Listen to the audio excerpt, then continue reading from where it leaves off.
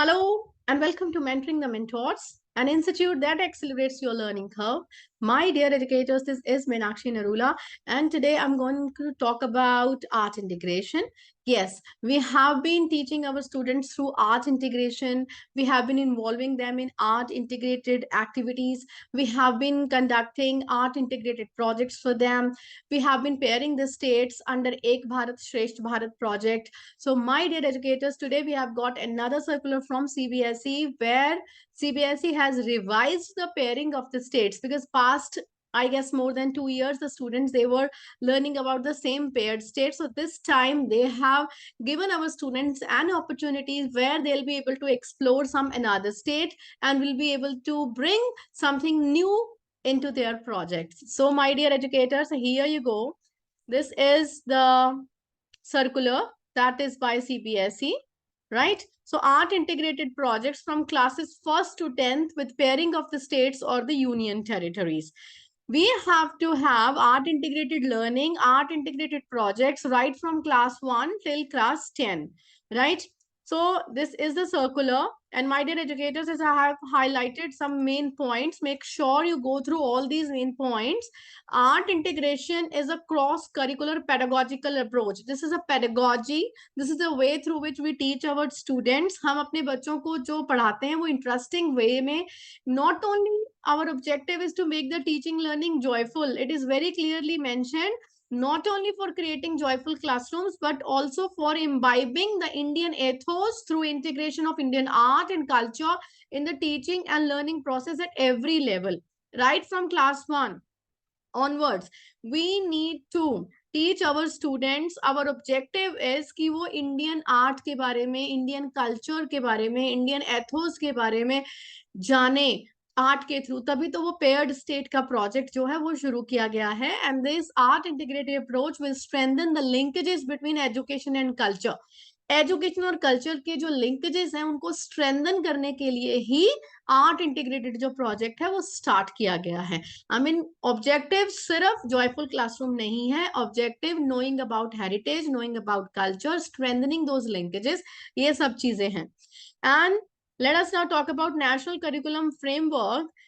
It is mentioned like national curriculum framework that we all have started following for the foundational stage 22. It has been mentioned like children, they are very expressive, they're very imaginative, they are really creative. So they would like to express through different ways. We need to encourage through arts their self-expression, their reasoning, their imagination, their communication and their intuitions. And all for that, can we provide them different opportunities to draw, paint, print, create collages, construct structures with blocks. I mean, this is all about playful way of learning through a joyful way, right? For that, because children they love moving, dancing, exploring around, improvising for the bodies and playing musical instruments, right? Maybe devising their own instruments. So this is how, let us, my lovely educators, work on this art integration. So in this paragraph, this is mentioned like earlier, circular number, academic circular number 12 2019, that was dated 8th March 2019. It was talked about art integrated learning, right? 2019. And since then we are starting it, and then like us 2 years ago we started with Ek Bharat Shresth Bharat project, and now they have revised. And for that we already have this manual, art integration manual, where number of activities have been given, and I have also shared with you number of activities, my dear educators, on my channel too. I keep on sharing. Make sure you use those activities as well. CBSE is not limiting us to this only manual. If you want to follow it, wonderful. If you want to go beyond, please make sure you go ahead with that. That is it, entirely your choice. Objective is you have to be very, very creative with your children and need to focus on those skills for your children. And if we talk about guidelines for the art integrated project work, let's read them thoroughly. Projects taken up by the student should be age appropriate. That should not be a burden for the parents, for the children, and maybe for the teacher for the assessment, right? You need to focus on independent thinking. Your children, they should be able to think independently, work collaboratively, right? Think critically, they should come out of as 21st century learners. So project should be age appropriate as per the age. इतने छोटे बच्चे को ये इतना burden नहीं हो जाना चाहिए, बड़े बच्चों को इतना इजी प्रोजेक्ट नहीं हो जाना चाहिए, उनके लिए कुछ चैलेंजिंग चाहिए, right? So this is how the project should be age appropriate. Now they are saying at least one art integrated project and each subject shall be taken by all the students of class 9th to 10, 9th and 10th. आपके पास 9th and 10th के जो students हैं उनके जो subjects हैं, you know very well, 2 languages, English, Hindi, mathematics, sciences and social sciences, उसके अलावा एक हमारा स्किल सब्जेक्ट जो हम बच्चे वो जो है लर्न करते हैं। तो मेन अगर हमारे 5 सब्जेक्ट्स हैं बच्चों के, तो the students they should have 5 art integrated projects, right? Every child in class 9th and 10th should do 5 art integrated projects. And let me tell you, these projects are not to be done independently. हर बच्चा अपना अलग project नहीं कर रहा है. They are working in groups, right? You are dividing them in a group of 4 to 5 where they are working collaboratively, right? This should be very, very clear. And for classes 9th and 10th, art integrated project का objective क्या है? इसको हम SEA, Subject Enrichment Activity, जो बच्चों की है जिसमें हम marks लगाते हैं out of 5. तो ये हमें अपने बच्चों को आर्ट इंटीग्रेटेड प्रोजेक्ट के लिए we need to give them marks out of 5 under this subject enrichment activity, right? Now let's come to class 1st to 8th students. पहले हमने क्या बोला, 9th और 10th के जो स्टूडेंट्स हैं उनको इंडिपेंडेंटली प्रोजेक्ट करना है. Independently means working in A group, पर हर सब्जेक्ट के लिए अलग अलग प्रोजेक्ट होना चाहिए. एक बच्चा 5 प्रोजेक्ट्स में पार्टिसिपेट कर रहा है. यहाँ पर क्लास 1st to 8th में we need to focus on subject integrated projects.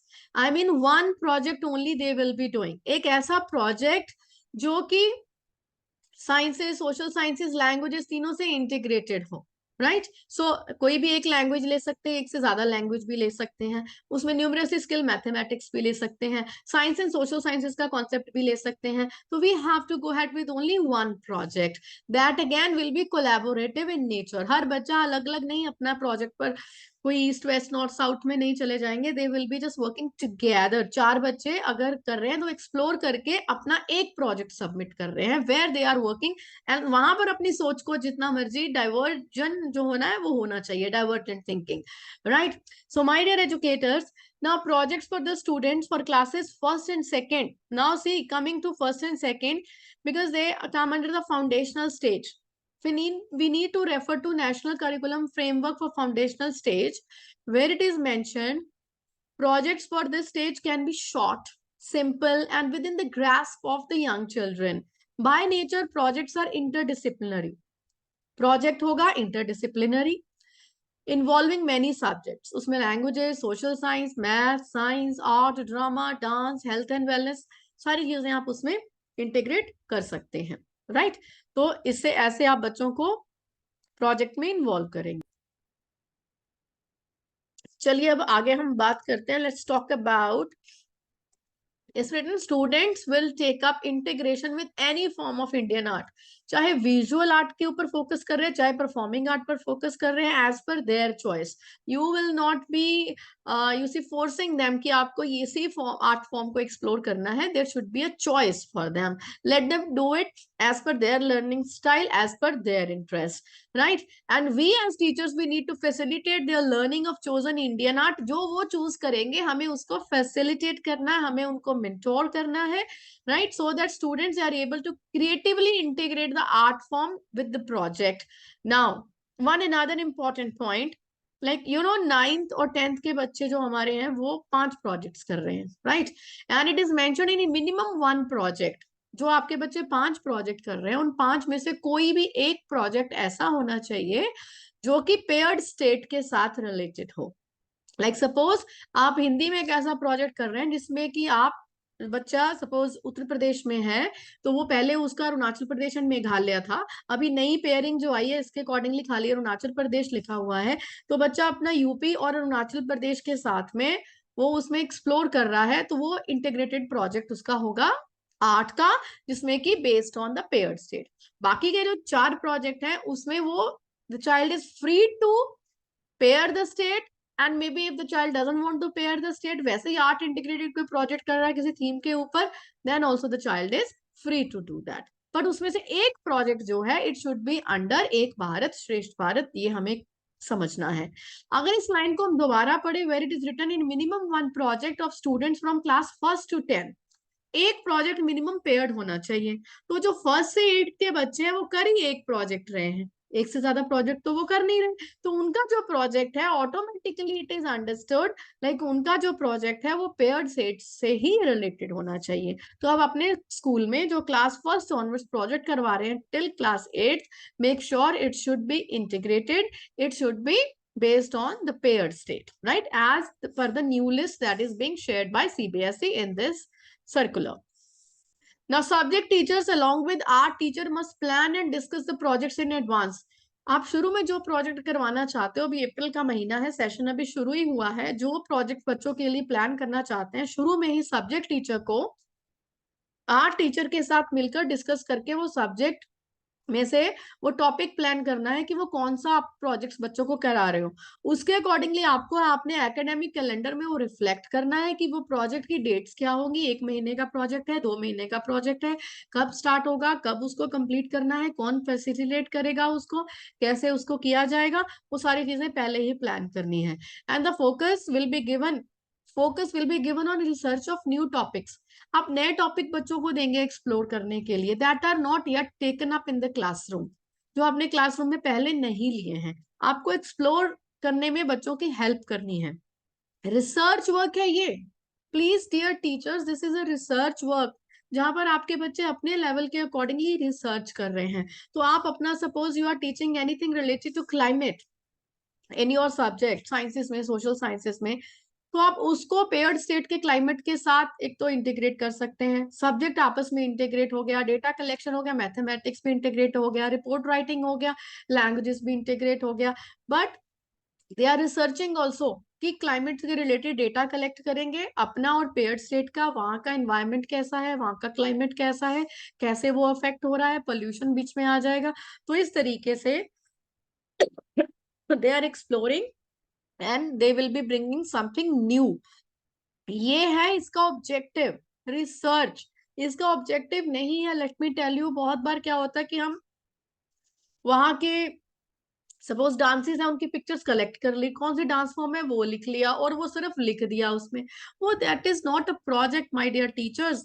Late the children explore, come up with the new topic. अगर फोक डांस के बारे में भी रिसर्च कर रहे हैं, वो कैसे शुरू हुई, कैसे धीरे धीरे दे आर फेडिंग अवे, उसका रीजन, लोगों का movement from one place to another, urbanisation, तो वो एक्सप्लोर कर रहे हैं, डेटा कलेक्ट कर रहे हैं, they are researching. So this is very important and to be taken care of.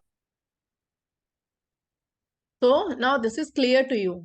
Coming to the next point, the project should be eco-friendly in manner. So whatever material you are using should be eco-friendly, because project का मतलब ये नहीं कि अब आप thermo को लेकर बच्चे मॉडल बनाना शुरू कर दें and they are creating something like that कि हम environment को और pollute कर रहे हैं या something like that. It should be eco-friendly, right? And it should not be a burden on parents, on students, on guardians. ये नहीं कि वो शॉप्स पर जा रहे हैं अपना लेकर के हमें ये खरीदना है वो खरीदना है, प्रोजेक्ट बनवा रहे हैं बाहर से।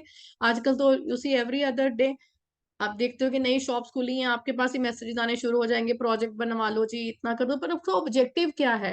We want our students to explore, to research, उनकी क्रिटिकल थिंकिंग स्किल्स कैसे डेवलप होंगी, एंड उसके लिए बाहर के कोई मटेरियल की जरूरत नहीं है। Let them explore, right? आजकल कितने आपके पास टूल्स हैं, देख, let them explore, right? Let them Google it, let them explore, let them visit. They can have some, you can have some virtual field trips if they want to go ahead to a particular place. Summer break may, if they want to visit that particular place, they can go in person and they can check it out, they can collect data. So उनको research करने का मौका मिलना चाहिए. Let them do it on their own, because we want our students, we see them as researchers, right? In every field. Researcher तो हर field में होना चाहिए, चाहे वो कोई भी फील्ड ऑप्ट करते हैं। They are entrepreneurs, they are the scientist, they are the doctors, they are the engineers, they are the teachers, I mean what not, जो भी वो प्लेटफॉर्म वो चूज करें, जो भी वो बनना चाहे, अपने लिए करियर चूज करें, उसके लिए रिसर्च तो उनको करनी ही पड़ेगी। For that we have to, you see, we need to develop such kinds of skills in our children. Now you see, look here, what is to be done? 4 steps are there: selection of the topic or the theme or the drawing upon the previous knowledge of the students, कि बच्चों को उस topic के बारे में कितना पता है। ये हम KWL करते हैं ना, KWL charts. No, what do they know about the given topic जो आपने चूज करना चाह रहे हो उसके बारे में। पहले उनकी पीके टेस्टिंग करेंगे, यानी प्रीवियस नॉलेज टेस्टिंग, यानी what do they know about that topic. उसके बाद नेक्स्ट स्टेप क्या है? Providing creative inquiry opportunities for hands on learning to the students. आपको एक ऐसा उनको अपॉर्चुनिटी प्रोवाइड करनी है, ऐसा उनको एक जैसे हुक आपने क्रिएट कर दिया कि उसमें वो इंक्वायरी के लिए आपने उनको लीड करने के लिए एक क्वेश्चन, एक प्रॉम्प्ट, एक स्टेटमेंट दिया है कि आप इस चीज के ऊपर रिसर्च कर रहे हो। जैसे हमने क्लाइमेट की बात करी, क्लाइमेट एक्शन की बात करी, वी टॉक्ड अबाउट कि जो ओल्ड फोक डांसेस या फोक सॉन्ग्स हैं, दे आर फेडिंग अवे, तो उसके ऊपर वो इंक्वायर कर रहे हैं। हैंड्स ऑन लर्निंग है, खुद रिसर्च कर रहे हैं। ये नहीं कि हैंड्स ऑन में हमेशा वो कुछ एक्सपेरिमेंट ही कर रहे हैं, they are researching something, right. और उसके बाद क्या है? रिसर्च कर लिया, डेटा कलेक्ट कर लिया, they are working on it. Then assessment of the students, आप अपने स्टूडेंट्स का असेसमेंट करेंगे। दोनों चीजों का असेसमेंट होगा। सब्जेक्ट जिससे रिलेटेड वो प्रोजेक्ट है, सपोज साइंस का, जैसे आपको पता है कि 9th और 10th में हर सब्जेक्ट का अलग प्रोजेक्ट बनाना है। साइंस में आपने एक प्रोजेक्ट दिया है बच्चों को, आर्ट इंटीग्रेटेड, उसमें साइंस का भी असेसमेंट होगा, उनके टॉपिक की अंडरस्टैंडिंग का, और साथ साथ उनके आर्ट फॉर्म का भी असेसमेंट होगा। कौन सी वो आर्ट फॉर्म यूज कर रहे हैं, उसको रेलेवेंटली प्रॉपरली इंटीग्रेट करके यूज कर रहे हैं, या उनको अंडरस्टैंडिंग अभी नहीं है कि how they are this is being used. Now last one is reflection on the new learning of the subject using an art form by the students. बच्चे उसके ऊपर रिफ्लेक्ट भी तो करेंगे, like know what do they want to know and what they have learned, उन्होंने क्या सीखा है। थ्रू दैट आर्ट फॉर्म उसका प्रेजेंटेशन आप करवाएंगे। ठीक है, that presentation can be in any form, चाहे वो कैन एनी किसी भी आर्ट फॉर्म के थ्रू वो उसका प्रेजेंटेशन कर सकते हैं। ठीक है, चाहे आपको प्रोजेक्ट सबमिट कर रहे हैं, चाहे वो डेटा कलेक्ट करके एक रोल प्ले के फॉर्म में प्रेजेंट कर रहे हैं। जरूरी तो नहीं कि प्रोजेक्ट हमेशा एक फाइल ही होता है। Project is like they are collecting the data, they are presenting the same to you in any form। presentation बना सकते हैं, रोल प्ले कर सकते हैं, नुक्कड़ नाटक कर सकते हैं। तो आप उनको उन्हीं की पिक्चर्स साथ में क्लिक करके उसी का वो जो ड्राफ्ट है रिपोर्ट लिखकर you can file it. This is how the students have presented there report. So it can be in any form. सिर्फ अपने बच्चों को बांधिए मत कि ये सिर्फ हमेशा लिख कर ही प्रेजेंट करना है। The project should be done by the students in groups within, I mean with up to 4 to 5 students in a group. 4-5 बच्चों के ग्रुप में ही करेंगे, इंडिविजुअल या साइलोज में बैठकर वो एक्टिविटीज या प्रोजेक्ट्स नहीं करेंगे। while creating projects इसमें also be seen that it should, ये इतना भी प्रो आर्ट नहीं होना चाहिए कि एक as a subject teacher, suppose मैं मैथमेटिक्स की टीचर हूँ, मैं साइंस की टीचर हूँ, और मुझे इतना आर्ट फॉर्म्स के बारे में क्लैरिटी नहीं है, आर्ट टीचर के ऊपर ही ना मैं डिपेंडेंट हो जाऊं। And art teacher should not also feel burden कि मैं सब टीचर्स का कैसे हेल्प करूंगी इस आर्ट इंटीग्रेटेड प्रोजेक्ट में। You just have to guide dear art teachers to the subject teacher, and teachers will not be dependent upon you. इतना easy art form होना चाहिए कि टीचर उसको खुद ही फैसिलिटेट कर सके अपने स्टूडेंट्स के लिए, ना वो स्टूडेंट्स के लिए बर्डन हो, ना वो टीचर्स के लिए बर्डन हो। क्योंकि ऑब्जेक्टिव इसका बर्डन नहीं है, objective is joyful learning, objective is creating link between education and culture. So now next एक और बहुत चीज इंपॉर्टेंट है कि असेसमेंट कैसे करना है। एक रेलेवेंट होना चाहिए, एज अप्रोप्रिएट होना चाहिए। ये नहीं कि आप आर्ट फॉर्म को ज्यादा इंपॉर्टेंस दे रहे हो, बच्चे की एज को नहीं ध्यान में रखा जा रहा। रूब्रिक्स बनाएंगे proper based on different parameters related to the activity, और वो रूब्रिक्स बना के अपने पास नहीं रखने हैं teachers, you have to give it to the students before the project. Project करने से पहले ही उनके पास असेसमेंट के रूब्रिक्स होने चाहिए। उनको पता होगा कि दीज आर द रूब्रिक्स, ये मेरे को इसमें से इतने पॉइंट्स मिलेंगे, इसमें से मेरे लिए ये एक्सपेक्टेशन है, जो हम लेवल्स उसमें दिखाते हैं रूब्रिक्स के। I help you design rubrics also in the upcoming videos, right. And now if I talk about it's I have already shared that before commencement of the work on the project आपको rubrics share करना है, और आपको proper जो assessment बच्चों की कर रहे हो, बच्चों का प्रोजेक्ट वर्क है, उसका रिकॉर्ड भी स्कूल में मेंटेन करके रखना है। And art related activities and attainment of the learning outcome of the subject should be our priority, कि बच्चे उसको ऐसे इंटीग्रेट करें ना ही प्रो आर्ट हो जाए कि वो आर्ट में इतना ज्यादा इन्वॉल्व हो जाए कि अपनी लर्निंग आउटकम भूल जाए, या लर्निंग आउटकम के ऊपर ही फोकस कर रहे हैं और आर्ट को नहीं इंपॉर्टेंस दे रहे। सो दोनों चीजें ही they are very important and to be taken care of. चलिए अब आगे हम चलते हैं। Art integrated learning as a pedagogical tool from class first to twelfth. अभी हमने बात की प्रोजेक्ट्स के बारे में, जो कि है सिर्फ 10th स्टैंडर्ड तक। 11th और 12th के लिए ये आर्ट इंटीग्रेटेड प्रोजेक्ट्स नहीं है, राइट। एंड आर्ट इंटीग्रेटेड जो लर्निंग है, it will continue as a pedagogical tool for classes first to twelfth. Class first से ट्वेल्थ तक, 9th तक तो हमने पहले ही बात कर लिया, 10th तक भी बात कर लिया। एंड 11th एंड 12th में जो भी बच्चों ने सब्जेक्ट ऑप्ट किया है, चाहे वो बिजनेस स्टडीज है, चाहे वो अकाउंट्स है, चाहे वो मेडिकल है, चाहे वो बायो है, केमिस्ट्री है, फिजिक्स है, हर जगह पर आर्ट्स का इन्वॉल्वमेंट होना चाहिए। Because that's a pedagogical tool. आपको आर्ट के माध्यम से ही बच्चों को पढ़ाना है, राइट। कला का और विषय का एकीकरण होगा, तभी बच्चे उसको बड़े अच्छे से समझेंगे। And now see this line, objective art integrated learning का आर्ट या स्किल्स को प्रमोट करना नहीं है, but to use art as a tool, art as a medium of teaching other subjects. एक माध्यम है, ठीक है। सो द सब्जेक्ट टीचर्स, आप जो है वो बहुत ही सिंपल आर्ट फॉर्म का यूज कर सकते हैं। कितनी सिंपल आर्ट फॉर्म्स हैं ऑलरेडी सीबीएसई के इसी डॉक्यूमेंट में आपको मिल जाएंगी। I will be sharing the link of the CBSE website in the my description box, you can check it out. Okay, और वो इसलिए करना है कि बच्चे उसको डेली लाइफ में अप्लाई कर सके, इसलिए हमें आर्ट्स का इंटीग्रेशन करना है। आसपास अपने सब जगह आर्ट देखते हैं। अगर मैं सोचूं कि मैंने एक पर्टिकुलर पैटर्न का बना हुआ ड्रेस पहना हुआ है, तो दैट इज आर्ट, राइट। वो पैटर्न्स एक्सप्लोर कर रहे हैं, बाहर आसपास देख रहे हैं पैटर्न्स, खाना खा रहे हैं तो वहां पर कैसे लेआउट है वो उसका पैटर्न देख रहे हैं हर जगह पर। तो let them explore the same in the real life. Teachers और स्टूडेंट्स को एक बाउंड्रीज में, अपने आप को वहां पर रिजिड बाउंड्रीज में लिमिट नहीं करना है। लेट मी टेल यू, अपने सब्जेक्ट्स को को रिलेट करें। अगर आप एक प्रोजेक्ट साइंस में कर रहे हो और सेम एग्रीकल्चर का टॉपिक आपका सोशल साइंसेस में भी है, मैथमेटिक्स में भी आप डेटा उसका कलेक्ट कर रहे हो, why don't you correlate? That is called integrated learning. For that I have shared videos on my channel also, explaining what is the meaning of multidisciplinary approach, interdisciplinary approach, and transdisciplinary approach. Please make sure you watch those videos and do understand what is the importance of bringing the students understanding to the transdisciplinary level, where they are able to integrate their understanding with the real life, and the new thinking emerges. This is what we expect from our students, like they should come up with the new thinking when they collaborate, when they integrate different subjects, right? And in AIL, teachers and students, they can use visual और performing arts, जो भी उनके अपने choice के accordingly है वो कर सकते हैं।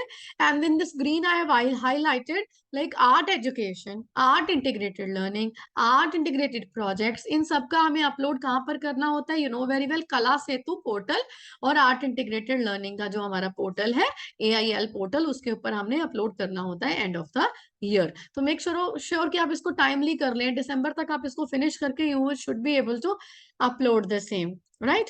So my dear educators, so here is the paired state list, the new paired state list, right? Here is the new paired list. I have highlighted one because my school is in UP. This is with the Arunachal Pradesh. Earlier it was Arunachal Pradesh and Meghalaya. I don't know why they have again given Arunachal Pradesh. Should have been given some other state, but let it be. I mean, I don't know, maybe that I must have slipped from their mind, Arunachal Pradesh and Meghalaya, but now again it's Arunachal Pradesh. Haryana, earlier it was Telangana, now it is Manipur. So at least it's a change, right? So accordingly, dear teachers, please make sure you plan your projects accordingly. Share these paired states with your children as well. And if you go ahead with the rest of the pages, right, these pages are same as they were given in the previous circular, right? All visual arts and I have discussed each and everything in a separate video. I'll be sharing the link here. You can go through that. You can watch that video and you will be able to get to know कि what all activities have been mentioned here और अब कैसे हम उनको integrate कर सकते हैं. So अभी और आपको क्या करना है? Stay tuned to mentoring the mentors. Like, subscribe, share and do check all relevant art integrated videos as well. I'll be sharing the links in the description box below. Thank you. Have a nice day.